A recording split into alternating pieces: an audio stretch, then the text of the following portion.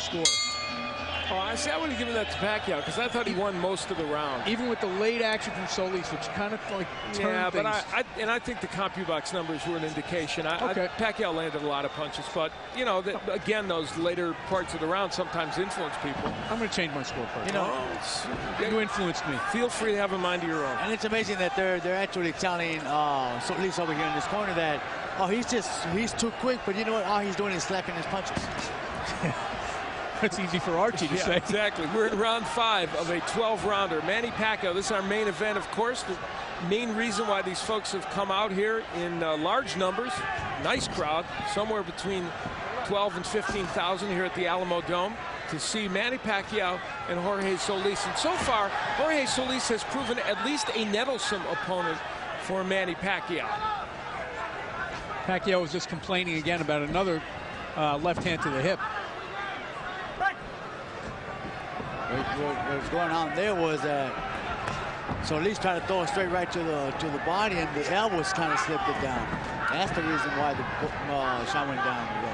Now, probably the best opponent that Solis has fought is Humberto Soto. He's a very good fighter, and the fight was stopped in the 3rd round. It was a no decision because of a clash of heads and a cut. But Soto had him down in that 3rd round, and so clearly, if you have power and you hit him right, you can get Jorge Solis down. And Soto did it. By the way, an irony is that Soto is fighting Bobby Pacquiao, the brother of Manny Pacquiao, in June. That's a fight I would really like to see is Manny against Soto, because Soto is a monster. Good straight to the right. Here comes Solis with Manny Pacquiao trapped against the ropes and attacking. Is this playing possum? I think he felt that right hand. It landed flush on the forehead. I agree. I don't think Manny plays much possum.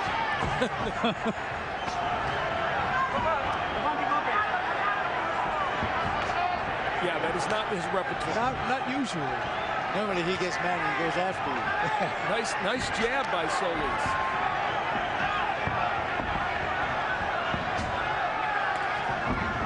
There's the typical Pacquiao rush in that seems for all the world to invite counterpunching, which it did against Juan Manuel Marquez, but not often against anyone else, although, as Wally pointed out, Eric Morales certainly had a success with that. Yeah, doesn't it seem, though, that Pacquiao has been less aggressive in this fight than you're used to seeing him? You know, he's coming forward and throwing punches, but they're just not as effective as he'd like there to be. And I think it's what, from Gennaro pointed out, is the awkwardness of Solis. Just seconds remaining here in round 5. This has been a pretty good round for Jorge Solis. And that's the understatement. Though he's probably still behind in this fight, he's making some things happen against Manny Pacquiao. The plot is thickening.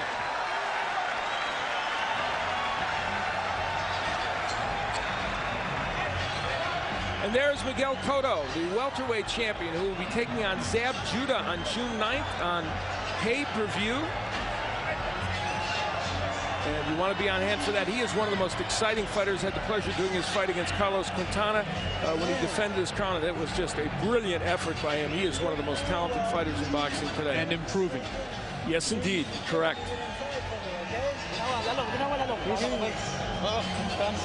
Okay, I got it, bud. Use the jab to get inside. Jab. All right, let's take a look at something that Solis did well in round number 5. That was a good right hand, and Manny went to the ropes, not so eager to rush in at that moment.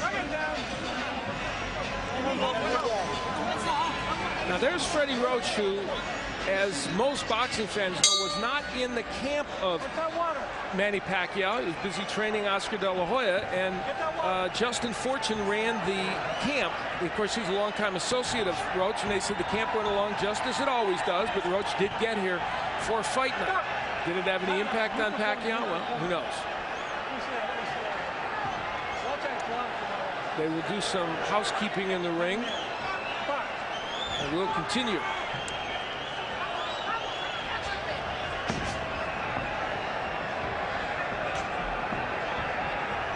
You know, you hate to say, you know, that this did have an impact, this didn't have an impact, because in a way, it takes away from Solis. And if he wins this fight, you know we're going to hear that. They banged heads. And there's a cut. And there's a cut on Manny Pacquiao's left eyebrow.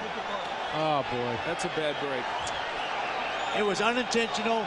Manny Pacquiao actually went towards looking for the fight. and he actually crashed into the head. This is all from the awkwardness of the two styles. We've seen it, you know, and I think you called it a couple of rounds back, Gennaro. Doctor will come in and we'll see how bad that cut is and what it means. Oh, boy. The boys are just getting to know one another. That looks like he's going to let him go. Yeah, it's not that bad yet. Clash of heads creates that cut here in round number 5. And I don't think Solis should be doing what he's doing right now. He should be smart, box, relax. Just because there's blood on the eye doesn't mean they, oh, good, straight right. Now remember, as this fight wears on, especially as we get through this round, if that cut would cause a stoppage in this fight because it was a clash of heads and they bang heads again, it would. Oh, there's a left hand that sends Solis down. No, it's a push. They're calling it a push. There was a left hand in there, but they're calling it a push, which is interesting. The blood streaming down Pacquiao's face now.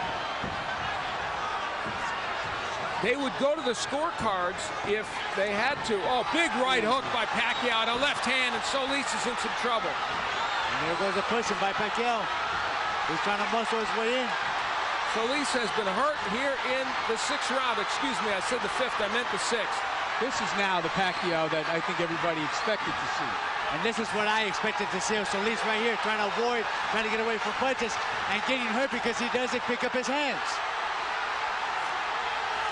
That clash of heads and the cut over the eye woke up Manny Pacquiao. He is a tiger here in round 6, and Jorge Solis is in trouble.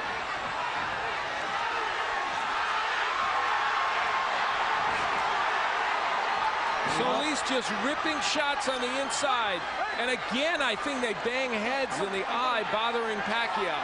And Pacquiao is wasting a lot of energy. He's trying desperately to finish the fight. Maybe he's a little bit more worried about the cut than we think. Well, he should know. They'll go to the scorecard. Oh, big hook good. by Solis. Good uppercut and a hook. Pacquiao may have punched himself out a little bit. Now there's a left uppercut by Pacquiao. Well, this is starting to look like the typical Manny Pacquiao war, isn't it? Oh, yeah. There's another clash of heads right there. Many, many plots and subplots at work right now in this fight.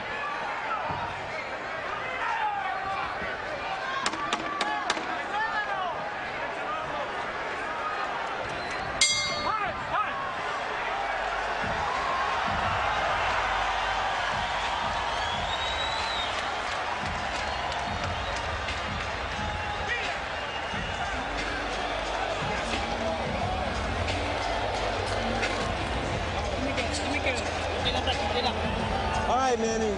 Nice work out there. Yeah. Come on. Manny, throw those uppercuts a little bit more for me, okay, son? All right, let's take a look. We're going to see the headbutts here. First, you see Pacquiao come in with his head, boom. And that's certainly not an intentional butt. That is just, you know, an outgrowth of the two styles and the way Pacquiao comes in. Now you're going to see it happen again. There's a good right hand by Pacquiao. And the heads just rub together when they come into a clinch. Second down. And Solis coming right back. Go. Again, every time they come together in a clinch, the heads come together.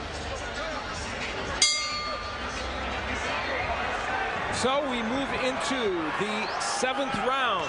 The cut over Manny Pacquiao's eye an issue. However, we would again point out that because it came from a clash of heads, they would go to the scorecards.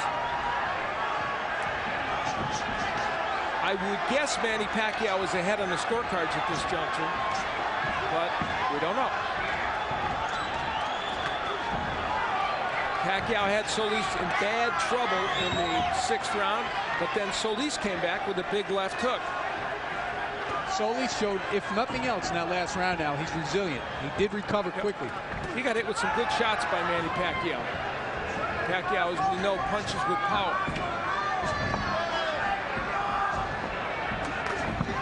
Right hand gets in by Pacquiao, and again they come perilously close to clashing heads. Still a trickle of blood from the left eye of Pacquiao, but Solis hasn't been able to hit it, so he hasn't exacerbated that. There's a right hand by Solis. So Solis has a tendency to fall inside, especially after he throws his right hand, and that's why the heads keep coming together. Two left hands hurt Solis. Two good straight left hands got him in trouble again. Pacquiao's primary weapon, and it's working now. So at least needs to pick up that guard. He needs to pick up that defense of his. He's slacking off, and that's where he's getting caught. Now, isn't this the effect that Manny always has on opponents? He breaks them down. You know, we saw him do it to Morales over 3 fights. We've seen him do it to a lot of guys.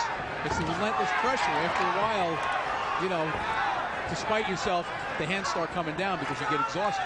Now, 29 of the 32 KOs that Pacquiao has had have come within 6 rounds. And all of Solis's KOs have come within 6 rounds. So they're in territory where Solis just doesn't knock people out, and Pacquiao doesn't often do so.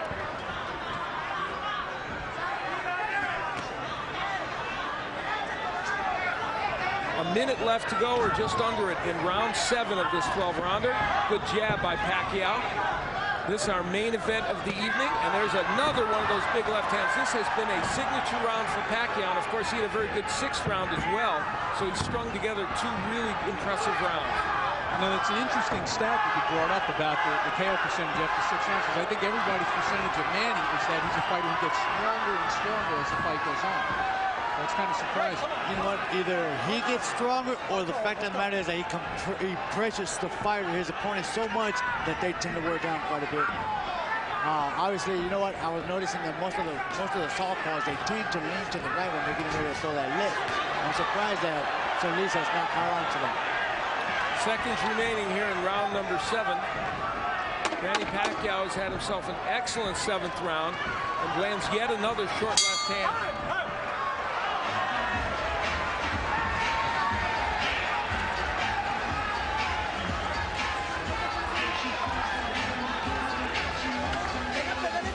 Danny Garcia will interpret in the corner. Remember your sons, remember your life. Don't throw it away. Think of your honor. It's your life. Don't lose your spirit. Give him some water.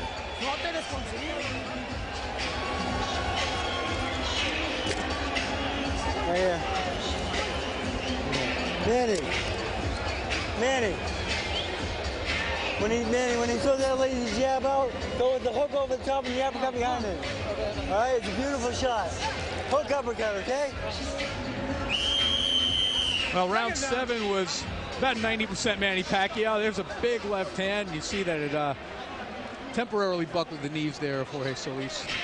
How many of those have we seen over his career land and do lots of damage? Round 8, Al Bernstein along with Wally Matthews and Gennaro Hernandez, former junior lightweight champion of the world. And we're happy that you joined us for what's been a very entertaining evening of boxing. And this main event has had some plots and subplots. A clash of heads created a cut in round 6 over the eye of Manny Pacquiao.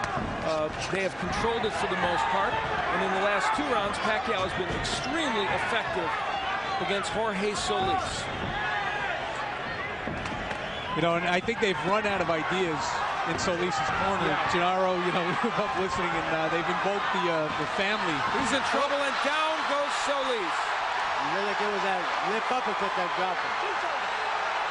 He's not going to make it. He's not going to make it. He does get up at 9. That was a surprise. How much longer can he continue? A lot of time left in this round, of course. There goes that uppercut again. He's hurt. He's out. It's it. It's over. Solis sent down for the 2nd time. He is on the apron of the ring. He's not going to beat the count. He's not going to beat the count. Manny Pacquiao, after a slightly slow start, got things in gear, survived a bad cut, as you see it from the clash of heads, and is able to persevere. But you got to give it to Solis. He tried his best. He was moving very well. He was boxing, but the power of Manny Pacquiao